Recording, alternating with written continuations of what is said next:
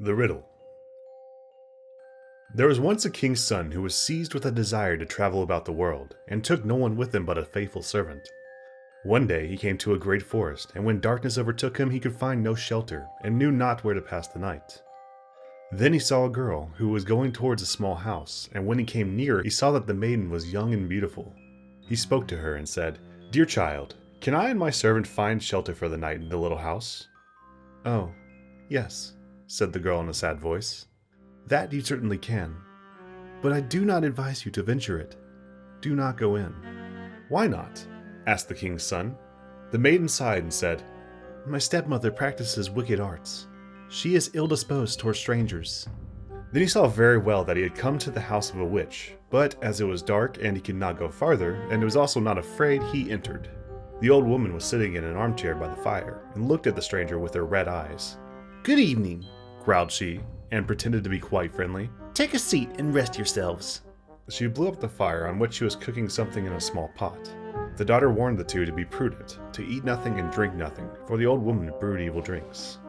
They slept quietly until early morning. When they were making ready for their departure, and the king's son was already seated on his horse, the old woman said, "Stop a moment, I will first hand you a parting draught." While she fetched it, the king's son rode away, and the servant who had to buckle his saddle tight was the only one present when the wicked witch came with the drink. "Take that to your master," said she. But at that instant the glass broke, and the poison spurted on the horse, and it was so strong that the animal immediately fell down dead. The servant ran after his master and told him what had happened, but would not leave his saddle behind him, and ran back to fetch it.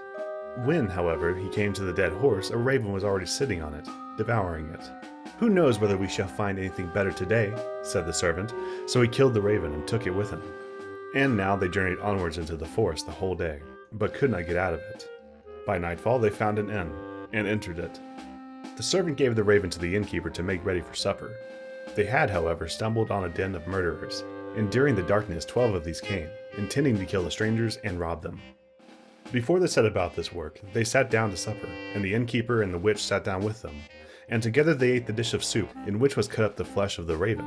Hardly, however, had they swallowed a couple of mouthfuls, they all fell down dead, for the raven had communicated to them the poison from the horse flesh. There was no one else left in the house but the innkeeper's daughter, who was honest and had taken no part in their godless deeds. She opened all doors to the stranger and showed him the heaped up treasures, but the king's son said she might keep everything, he would have none of it, and rode onwards with his servant. After they had traveled about for a long time, they came to a town in which was a beautiful but proud princess, who had caused it to be proclaimed that whosoever should set her a riddle which she could not guess, that man should be her husband. But if she guessed it, his head must be cut off. She had 3 days to guess it in, but was so clever that she always found the answer to the riddle given her before the appointed time.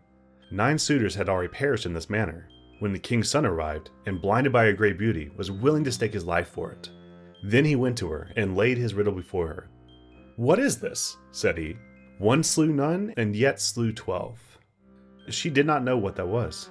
She thought and thought, but she could not find out. She opened her riddle books, but it was not in them. In short, her wisdom was at an end. As she did not know how to help herself, she ordered her maid to creep into the lord's sleeping chamber and listen to his dreams, and thought that he would perhaps speak in his sleep and discover the riddle. But the clever servant had placed himself in the bed instead of his master, and when the maid came there, he tore off from her the mantle in which she had wrapped herself, and chased her out with rods. The second night, the king's daughter sent her maid-in-waiting, who was to see if she could succeed better in listening, but the servant took her mantle also away from her, and hunted her out with rods. Now the master believed himself safe for the third night, and lay down in his own bed. Then came the princess herself, and she had put on a misty grey mantle, and she seated herself near him. And when she thought that he was asleep and dreaming, she spoke to him, and hoped he would answer in his sleep, as many do, and understood and heard everything quite well. Then she asked, "One slew none. What is that?" He replied, "A raven, which ate of a dead and poisoned horse, and died of it." She inquired further, "And yet slew 12. What is that?" He answered, "That means 12 murderers, who ate the raven and died of it." When she knew the answer to the riddle, she wanted to steal away, but he held her mantle so fast that she was forced to leave it behind her. Next morning, the king's daughter announced that she had guessed the riddle, and sent for the 12 judges, and expounded it before them. But the youth begged for a hearing, and said, "She stole into my room in the night, and questioned me. Otherwise she could not have discovered it." The judges said, "Bring us proof of this." Then were the 3 mantles brought thither by the servant, And when the judges saw the misty gray one, which the king's daughter usually wore, they said, "Let the mantle be embroidered with gold and silver, and then it will be your wedding mantle." The end. Thank you for listening. If you have not already, please like this video if you liked it, and click the subscribe button to hear more stories. Until next time, safe travels!